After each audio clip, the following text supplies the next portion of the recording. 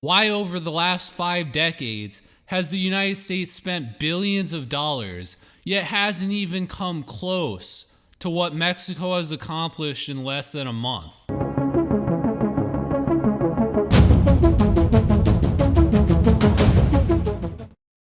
Sargon of Akkad is this YouTuber who's constantly releasing videos criticizing things like feminism, immigration, globalism, and of course the social justice warriors. Simultaneously, Sargon contrasts himself from these social justice warriors by explaining that he is a classical liberal, a good old-fashioned English liberal, just like the American founding fathers. One issue, Sargon, I've read the Federalist Papers. It didn't seem like the US founding fathers were particularly concerned with issues such as feminism, globalism, social justice warriors, or immigration. In fact, the so-called classical liberals didn't really have much to say on these subjects whatsoever. Could it be that all of these things that Sargon hates are not, in fact, things that liberalism were meant to counteract, but perhaps are products of liberalism themselves? This is what I consider to be the Sargon Paradox. One fantastic example of this is what's going on right now with illegal immigration in the nation of Mexico. In light of the coronavirus, Mexico began deporting all illegal immigrants from its country. Thousands upon thousands of people have already been deported to Central America. Only a few illegal immigrants remain detained in Mexican camps, and by the end of the week, Mexico will likely have deported all of its illegal immigrants. Why over the last 5 decades has the United States spent billions of dollars, yet hasn't even come close to what Mexico has accomplished in less than a month? Now, the United States has far more illegal immigrants in the country than Mexico does. This is certainly true, but the United States government is far more well-funded and far more competent than the Mexican government. Around a year ago, I read a fascinating piece of journalism regarding the Mexican criminal justice system. If anyone's interested, I can try and find a link to it, although I believe it's now behind a paywall. The news story discussed a college girl who had gone missing in a Mexican city. During a search warrant, the Mexican police made a major breakthrough. They uncovered evidence that several students of the college, including several law students, were running a human kidnapping and hostage ring. They found hours of video of these college students torturing and raping their captors. This group was responsible for the murder of at least 10 people, including the girl who was profiled as a victim in the article. Despite having video evidence of these college students raping, torturing, and killing these victims, in the 10 years since criminal charges were originally brought, not a single person involved in the ring had been convicted of a crime.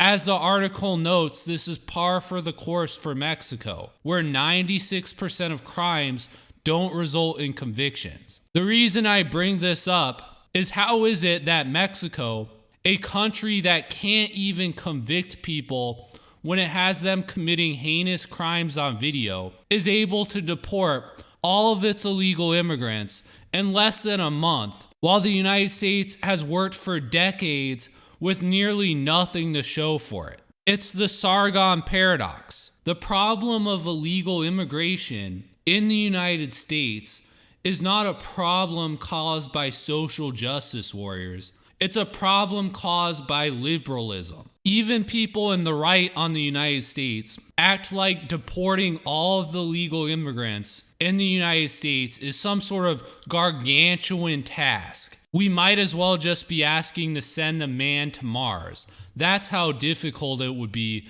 to remove all of the illegal immigrants. The real reason it's so difficult to deport these illegal immigrants is we give them this elaborate set of rights. Every illegal immigrant gets entitled to a court hearing, which they're allowed to continue many times so that they can seek more discovery In the meantime, they're allowed to petition for their release from custody, where they may not show up for future court dates. Even after there's been an adjudication, they have multiple levels of appeals they can pursue. There's also a host of procedural rights and obligations on part of the federal government, which is trying to deport them. Most of the illegal immigrants contesting their deportation do so for entirely frivolous substantive reasons. They instead hope that some sort of procedural deficit happens, that the federal government fails to follow one of the many procedural rules, and then therefore they'll be allowed to stay in the country. You can have an illegal immigrant literally caught smuggling drugs across the US-Mexican border. The federal government can prosecute that illegal immigrant, convict him of the drug smuggling, and then he is still entitled to an elaborate immigration trial to prove that he's in the country illegally, which once again requires the federal government to meet all of these procedural obligations. This system, of course, takes forever. It's incredibly expensive, and it results in a disproportionate number of illegal immigrants getting allowed to stay in the United States despite having entirely frivolous claims to be in the country. Most Americans would prefer something like what Mexico does. When Mexico determines that people aren't a citizen of Mexico, it deports them. It's that simple. In terms of conservatism and right-wing politics, identifying yourself as a liberal is to be out of touch with the problems that contemporary conservatives are primarily concerned with. I know this better than many because I used to view myself, like Sargon, as some sort of classical liberal. But after I read Patrick Deneen's book, Why Liberalism Failed, a book that I do not believe Sargon of Akkad would have the courage to read, it was like a filter was removed between me and the world. I began to see that it was an excess in the amount of liberalism that was behind nearly every chronic problem that we face in contemporary society in the United States. From the fact that the United States leads the world in broken families, to the out-of-control illegal immigration problem that's gone unsolved for nearly 5 decades, to the titanic amount of income inequality that exists, and that America seems to lack an authentic culture of its own. We once had such a culture, but we traded it for a larger economy. It's why our movies and our entertainment has increasingly become homogenized and globalized. It's why American society, all the way from our corporate leaders to our government officials to the individual Americans themselves, act so narcissistically all of the time. It's why our society is constantly recognizing new forms of individualism that didn't previously exist, such as having a gay or lesbian identity, then having a transgender identity, and now they're trying to force us to accept things like non-binary identity. These are all symptoms of a society and government that has gone out of control when it comes to liberal individualism. If you don't believe me, then let me ask you this. Do you think that the United States, as well as Western Europe, are better or worse now than they were during the 1950s? Because undoubtedly, the United States and Europe have become way more liberal individualistic today than they were back in the 50s. Yet in the 1950s, we didn't have all of these problems. The answer is, of course, as the United States and Western Europe have gotten more and more extreme in their embrace of liberal individualism, these problems have gotten worse and worse.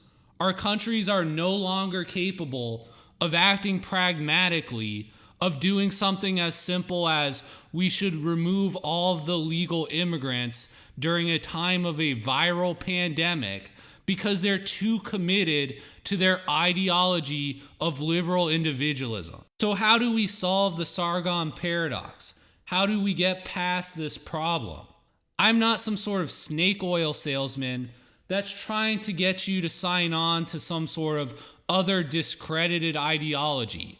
I'm not a socialist. I'm not a fascist. Instead, I would describe myself as post-liberal. We need to stop for a second, look at the path that we're going on, weigh the strengths and weaknesses of liberalism, and look at trying to reorient our society towards something that more of us would agree is worthwhile.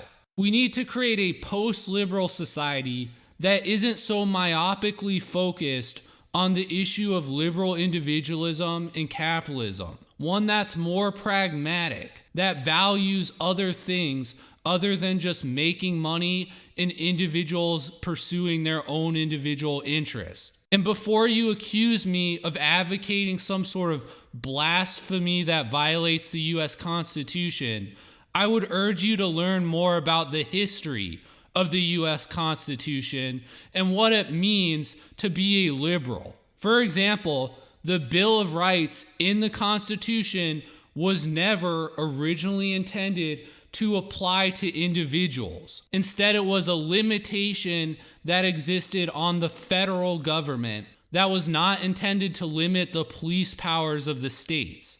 After the Civil War, the U.S. federal government passed the 14th Amendment because the southern states were discriminating against newly freed black slaves. The 14th Amendment was passed to remedy this problem. The idea that individual Americans was thus created when a majority on the Supreme Court interpreted the 14th Amendment as giving rights to individuals. The reason being, if white Americans had the same rights as black Americans, this would be a method that the Supreme Court could use the 14th Amendment to prevent the discrimination against black Americans. Of course, this was a fairly overreaching and controversial reinterpretation of the 14th Amendment, an amendment that was clearly focused more on equality than on granting individual rights.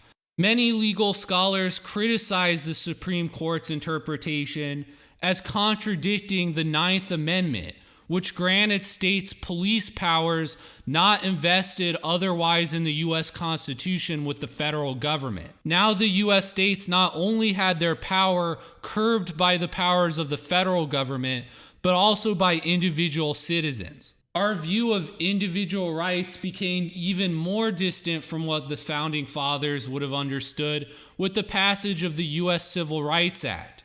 The U.S. Civil Rights Act created a presumption of discrimination. In any sort of discrimination lawsuit, the burden of proof would be on the accused, the defendant, to establish that they were not acting in a discriminatory manner. This massively redistributed social power to any sort of group that could establish itself as an aggrieved group under the Civil Rights Act. It was no longer enough for a U.S. company to not discriminate against individuals because of their race, sex, or later sexual orientation. It was now expected that any U.S. company sued under the Civil Rights Act would be able to prove in court beyond a preponderance of evidence that they would not have discriminated. So what happens after the passage of the Civil Rights Act? Well, corporations start instituting PC culture. They start virtue signaling how much they want to hire minority people so that they can use that as evidence on their behalf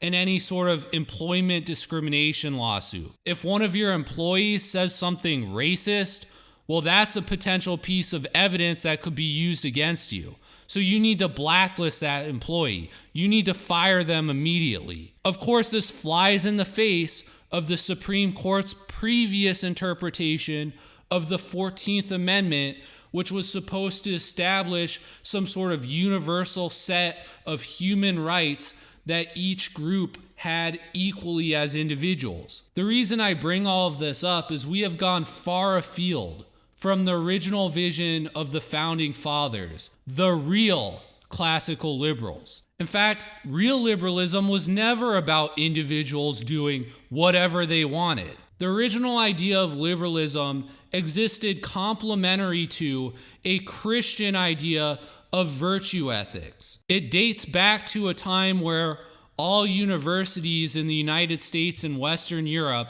were religious institutions. These liberal arts schools offered you an education in the liberal arts. This would usually involve learning Latin or ancient Greek and reading the works of classic Western philosophers, including Aristotle and St. Augustine. Students would take classes both about Western philosophy as well as the Christian religion. The purpose of receiving a liberal arts education was to teach these American students how to become proper liberals. A proper liberal was not a narcissist who constantly complained about their individual rights.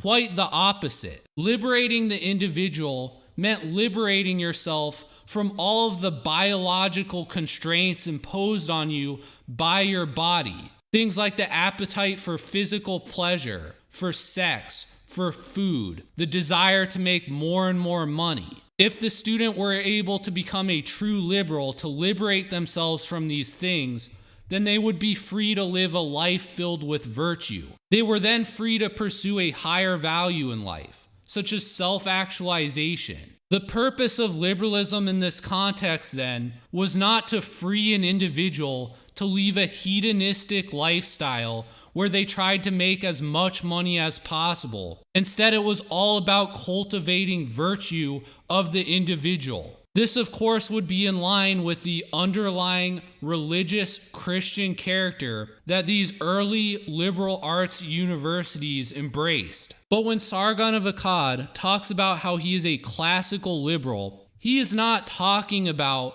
the fact that he's been liberated from all of these shallow biological concerns that his body has, so that he can live a more virtuous lifestyle. He's talking about the contemporary neoliberal version of liberalism, one that's obsessed with hedonism, narcissistic individualism, and an obsession with individual rights. It's that same bastardized interpretation of classical liberalism that's at the heart of nearly every contemporary problem in Western society, including illegal immigration. Moving on to the second topic I wanted to talk about today. So far, there are several strikes planning on taking place on May 1st, Friday of this week, the so-called May Day. These strikes are focused on companies including Amazon, FedEx, Walmart, and Target.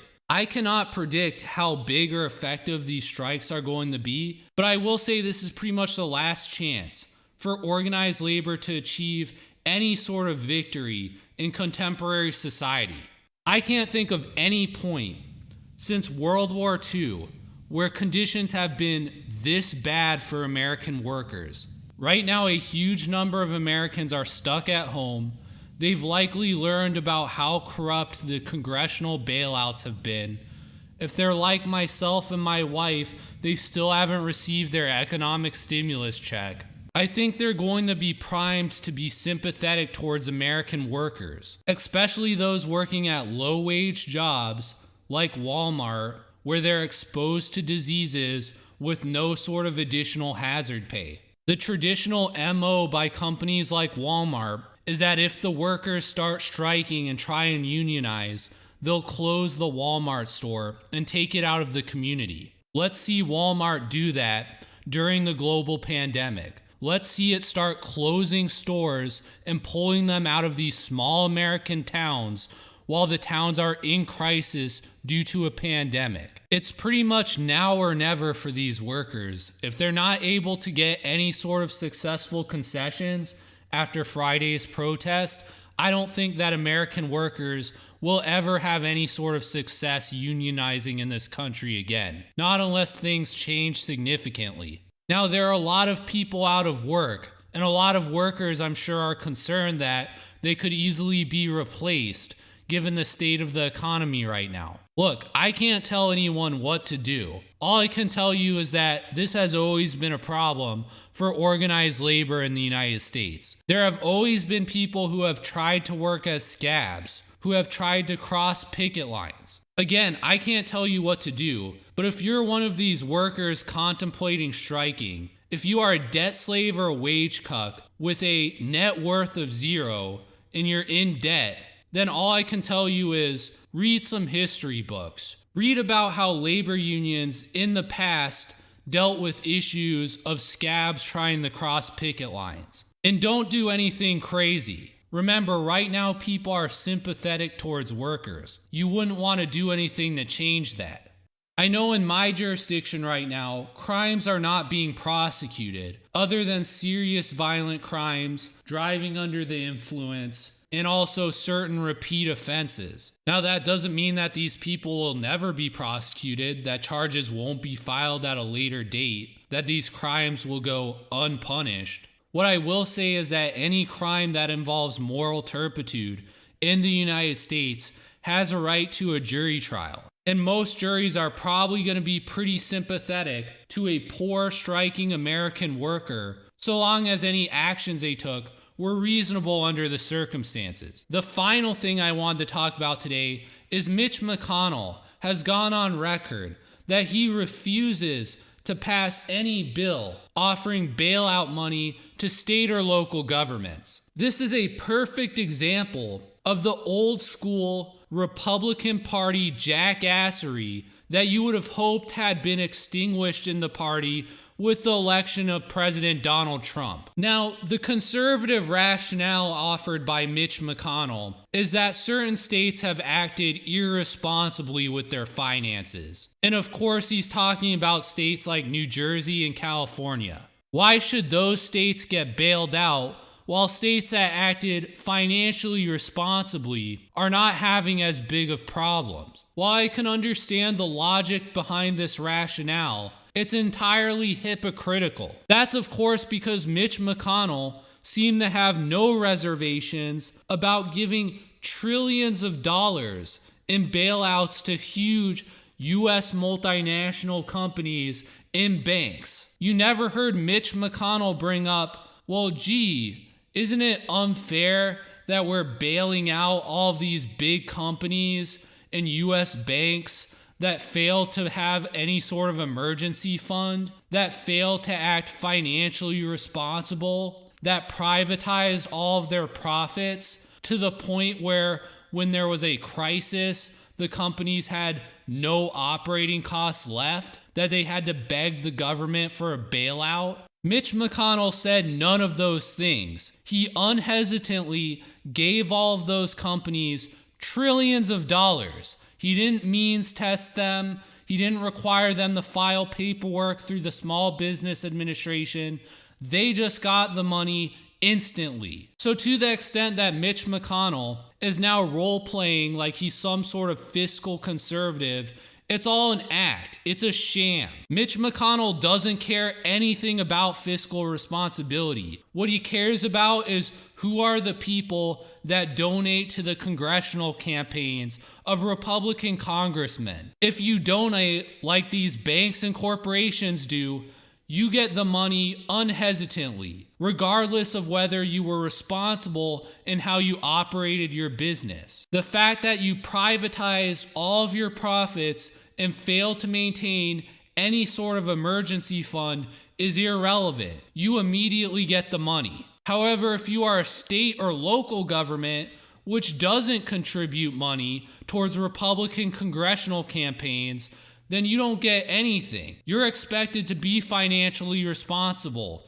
and maintain some sort of emergency fund. Forget the fact that the federal government promotes globalist policies that contributed to a worldwide pandemic. Forget about the fact that the federal government, for decades now, failed to stockpile any sort of necessary medical supplies, so that our only solution to a pandemic is to shut down the entire nation's economy. Forget about the fact that the federal government's economic approach to the states is that they need to bid against each other to a race to the bottom to court these U.S. companies to operate plants and offices in their states by giving them pretty much tax-exempt status. And forgetting the fact that federal tax policy allows all of these multinational companies, the same companies that got bailouts with taxpayer dollars,